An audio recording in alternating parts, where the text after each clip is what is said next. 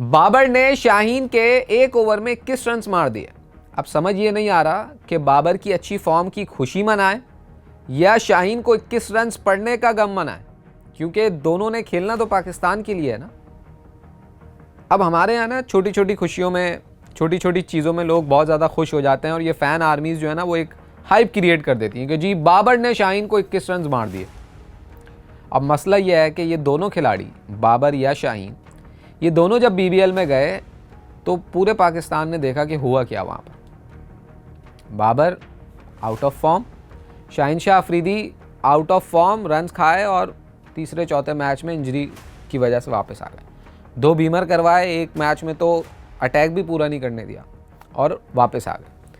अब ये दोनों आउट ऑफ फॉर्म जब आमने सामने हुए तो उसमें बैटल जीत ली बाबर ने, एक ओवर में 21 रन मार दिए। वेरी गुड, बहुत अच्छी बात है कि बाबर आजम ने 21 रन मार दिए। लेकिन हाइप ऐसे बन रही है कि मिचेल स्टार्क के अगेंस्ट बाबर आजम ने 21 रन बना दिए। भाईजान शाहीन भी पाकिस्तान के लिए ही खेलना है, तो कंसर्न तो ये है कि शाहीन को इतनी आसानी से रन्स पड़ रहे हैं और शाहीन को इतने प्यार से छक्के और चौके लगाए बाबर ने, तो गम तो इस बात का होना चाहिए कि यार हमारा प्रीमियम बॉलर जिसने T20 वर्ल्ड कप में पाकिस्तान को रिप्रेजेंट करना है, जिसने ऑस्ट्रेलिया की सीरीज़ में खेलना है, उसके अगेंस्ट इतनी आसानी से रन्स बन रहे हैं। 21 रन, ठीक है क्रिकेट है, बॉलर को रन्स पड़ जाते हैं, इसमें कोई दो राय नहीं है। लेकिन जो हाइप क्रिएट की जा रही है ये वही हाइप है जो हर ICC इवेंट से पहले होती है, और फिर ICC इवेंट में जो होता है हम सब देख लेते हैं। दूसरी मज़े की बात, ये तो हाइप वाली बात हो गई, दूसरी मज़े की शायद आपने भी नोट की हो, इंडिया के खिलाफ मैच की बहुत ज़्यादा बात हो रही है ना कि इंडिया के खिलाफ हम जीतेंगे या नहीं जीतेंगे, क्या होगा। इंडिया की बॉलिंग और इंडिया की बैटिंग और पाकिस्तान की बॉलिंग, असल मुकाबला ये होता है हमेशा से।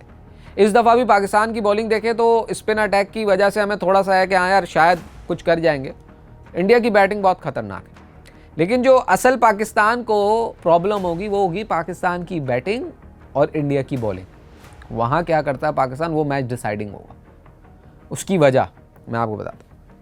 इंडिया के मैच में सबसे ख़तरनाक बॉलर अगर पाकिस्तान के लिए कोई बनता है ना तो वो कुलदीप यादव होता है। आप मैचेस उठा के देख लें, पाकिस्तान के अगेंस्ट कुलदीप यादव ने T20 में गालिबन अगर मैं गलत नहीं हूँ तो 3 मैचेस खेले, 8 विकेटें ली उसने, और ODI में 7 मैचेस में 15 विकेटें ली हैं। और ये जो लास्ट एशिया कप था ना उसमें भी Kuldeep Yadav highest wicket taker था, 4 विकेटें ली थी, और वो जो मिडल में कोलैप्स हुआ था उसमें एक बड़ा किरदार अदा किया था इंडिया के लिए कुलदीप यादव। अब कुलदीप यादव है चाइना मैन। कुलदीप यादव के अगेंस्ट प्रैक्टिस के लिए, मज़े की बात, कुलदीप यादव के लिए के अगेंस्ट प्रैक्टिस के लिए हमारे पास जो एक ऑप्शन था उसको हमने रखा ही नहीं है, सुफियान मुकीम। सुफियान मुकीम की सब बात कर रहे हैं कि यार सुफियान मुकीम को होना चाहिए था, वो एक चाइना मैन था, इन विकेट्स पे वो करता कुछ ना कुछ, है ही नहीं वो।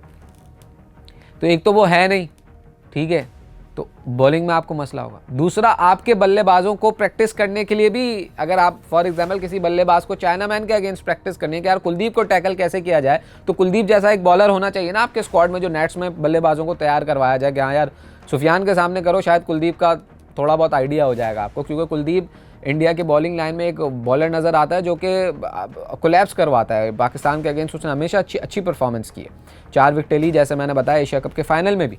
अब कुलदीप के अगेंस्ट अगर आपको प्रैक्टिस करनी है तो आपके पास ऑप्शन मौजूद ही नहीं है। आप किसके खिलाफ बैटिंग करके अपने बल्लेबाजों को तैयार करवाएंगे, किसके खिलाफ, है ही नहीं आपके पास, ना ऑस्ट्रेलिया के टूर में, ना ही T20 वर्ल्ड कप में। तो मुझे नहीं समझ आता कि इस लाइनअप में अगर आपको इंडिया के अगेंस्ट आपके बल्लेबाजों को थोड़ा सा वो करना है और मिडिल ओवर्स में कुलदीप यादव को अगर आपने टैकल करना है, उनका जो मेन बॉलर है, तो आप कैसे करेंगे। आपके पास तो उसको खेलने की प्रैक्टिस ही नहीं है, क्योंकि आपने तो अपने पास जो ऑप्शन मौजूद था उसको रखा ही नहीं। तो आपको तो 2 नुकसान, ना तो वो बॉलिंग में काम कुछ ऐसा वेरिएशन या कुछ डिफरेंस आएगा आपकी, और ना ही आपके बल्लेबाजों को प्रैक्टिस करने का मौका मिलेगा उस तरीके की गेंदबाजी के खिलाफ।